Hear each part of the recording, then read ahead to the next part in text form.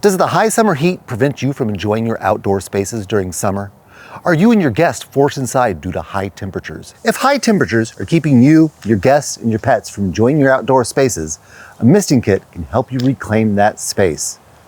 They're easy to install, maintain, and perhaps best of all, they're an inexpensive solution to the timeless problem of too much heat. If you would like to reclaim your alfresco spaces during summer and enjoy them again, this video is for you.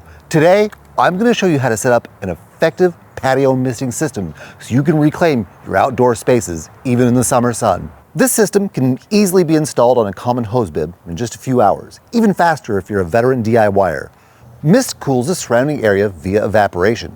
In some climates, this can lower the temperature by up to 20 degrees. Dry climates benefit more than humid climates, as the air has a greater capacity to absorb the water. Higher temperatures will also see larger drops. Essentially, the hotter it is, the more a misting system can help. One thing I like to do before installing the system is take measurements of the area I'm working with, such as the distance from the bottom to the top of my patio and the sides and the front of my patio here. This way, I know about how many misting nozzles I need, how much misting tubing I need, and can come fully prepared when it's time to install. We're going to be putting a misting nozzle about every 2 feet. So if we know the dimensions of our patio, we can get a really good idea of about how many we're going to need. With our measurements taken, we can now gather our parts and start the install. Depending on the size of your plans, it may be worth creating a quick sketch to understand roughly how many Mr. T's, elbows, and end plugs you're going to need. And if you need a particularly large system, how much tubing or what size tubing you're going to need. If you'll just be installing something small like this patio here, one of our kits will work great. If it's larger, you may want to reach out to us in the comments here or at the link in the top right, and we'll help you find a solution that will work best for your needs. The misting parts we're going to install don't require any expensive high-pressure pumps, no high-volume fans. In fact, everything needed to install a complete system is right here. As you can see, there's surprisingly few parts that are needed. We have our misting tubing, our hose by tubing adapter, and this is what we use to connect our misting tubing to our hose bib. We have a plug so we can close off the end of our last misting tee, elbows for any 90-degree turns that we need to take, C-clamps, and zip ties. Now, you don't even need tools if you opt to use the zip ties instead of the C-clamps. And if you do use the C-clamps, all you need is a hammer. The misting kit we offer provides both C-clamps and zip ties so you can attach your tubing to almost any structure. The included 1/4 inch slip lock fittings are quick and easy to use. The parts are also available in black if that would make a better fit for your patio aesthetic. But we're going to use white parts here because they'll blend right into the paint on the columns and fascia. Patio misting kits work best at the moderate pressures you see on standard residential hose bibs. The nozzle itself is sturdily constructed from brass. This is what allows it to endure very high pressure and what helps ensure it has a long lifespan.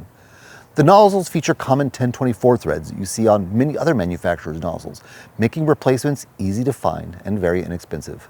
Now, one quick tip before you get started is to cut the bands that hold your misting tubing together and place it in direct sunlight. As the sun heats the tubing will relax, and this will make it much easier to work with when you get to installing. The first thing we're going to do in the install is decide where we want the water connect, which for us is going to be right on this post somewhere. We'll use this hose threads by tubing adapter to connect our misting tubing here and our water connection here, which is going to be a garden hose. We can either connect this adapter directly to a hose bib or connect it to a garden hose like we're going to do today. If you'd like a more permanent extended connection, you can also simply run polytubing from a hose bib to this adapter. When we decide on a water connection, we just want to put it in a place that's convenient to connect a garden hose. So you don't want it too low to the ground, you might not have room to do it. When we install our tubing and run it up the post here, we're going to use these C-clamps to secure it in place. Then, once we're up the post, we're going to go over and then begin connecting our misting nozzles. I've cut a piece of misting tubing that's a little bit longer than what I'm going to need. It's better to cut it a little bit longer, as you can always trim a little bit off, but it's much more difficult to add a little on. Now, what I'm going to do to secure it to the post is I'm first going to attach my elbow, because I know I need to turn 90 degrees to go across my patio at the top. So I'm going to connect my elbow, and to connect an elbow, it's simple. You just simply push the tubing into the end until it's secure. When you're connecting the fittings, you'll insert the tubing into the fitting and give it a push. Now it gets secured pretty quick.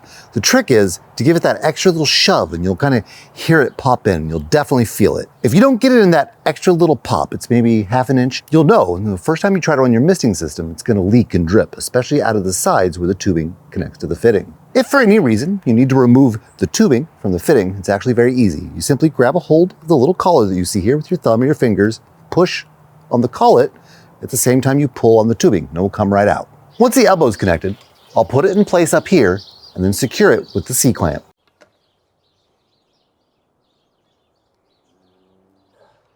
With the elbow installed and the misting tubing secured with the C-clamp, I can now come down here and decide where I want to connect the water and cut off my excess tubing. Then I can install the hose-by tubing adapter so we can connect water, and I'll put another clamp. I'm going to cut the excess tubing in a location where I'll have enough space to connect our garden hose. Now we're ready to install our hose-by tubing adapter, the part that connects our garden hose to the misting system. It works the exact same way as the elbow. Simply push the tubing into the adapter until it's secure, and you're ready to clamp it down. With the adapter installed, we're ready to use our C-clamp to clamp it in place and begin running our misting tubing and installing our nozzles. We've got our vertical run of misting tubing installed and secured in place with the clamps and our elbow at the top.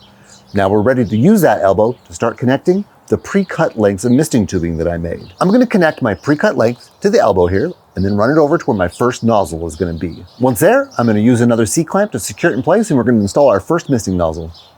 The misting tee connects to the mist tubing the same way the other fittings did, like the elbow and the hose-by tubing adapter. Simply push the tubing into the fitting until it's secure, and you're ready to move on to the next step. Now I'm going to add tees every 2 feet and clamp the tubing down all the way until I reach the next corner of our patio cover.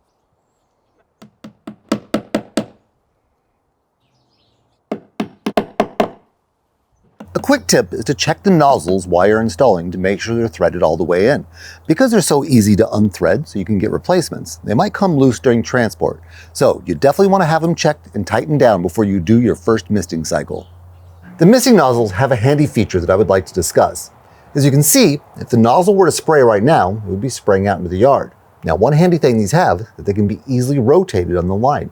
It's because of the style of fitting that the slip lock fitting is.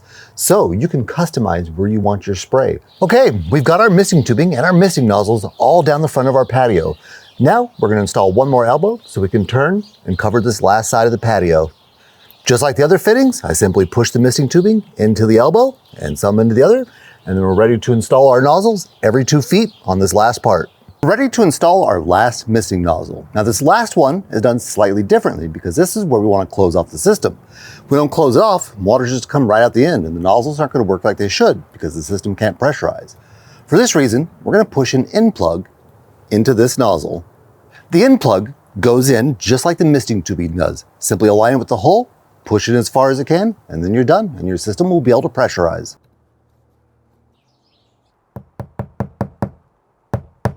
All right, we're ready to connect our garden hose to our adapter and do our first misting cycle. All we need to do is connect our adapter to a garden hose or a hose bib, and then we're ready to turn it on. And there we go. Our patio now has a nice cooling mist. I've got a couple tips and tricks to help you get a long lifespan out of your misting system. First, consider adding an inexpensive hose filter on your hose bib just before the misting adapter. Misting nozzles have very small orifices, and the smaller the orifice, the easier it is to clog. A fine mesh hose filter like this will trap a lot of the debris that would have otherwise gotten into the system. Even a lot of the mineral content will build up on the screen inside of this instead of in the system. Speaking of mineral content, if you have hard water, particularly with calcium content, this calcium inhibitor filter may help. It can filter out particles as small as 5 microns. You're also going to want to get an auto drain valve.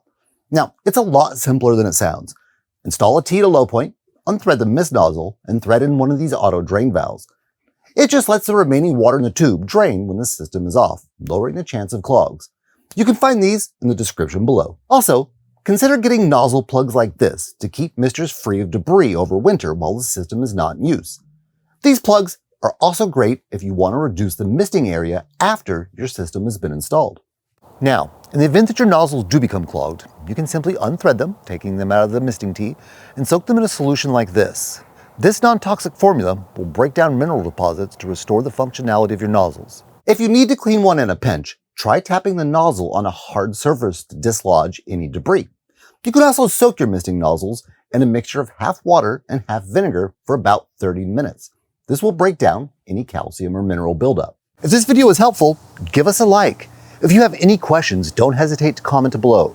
We read and reply to every comment we receive. If you'd like to dive right in, you can find our selection of misting parts right here.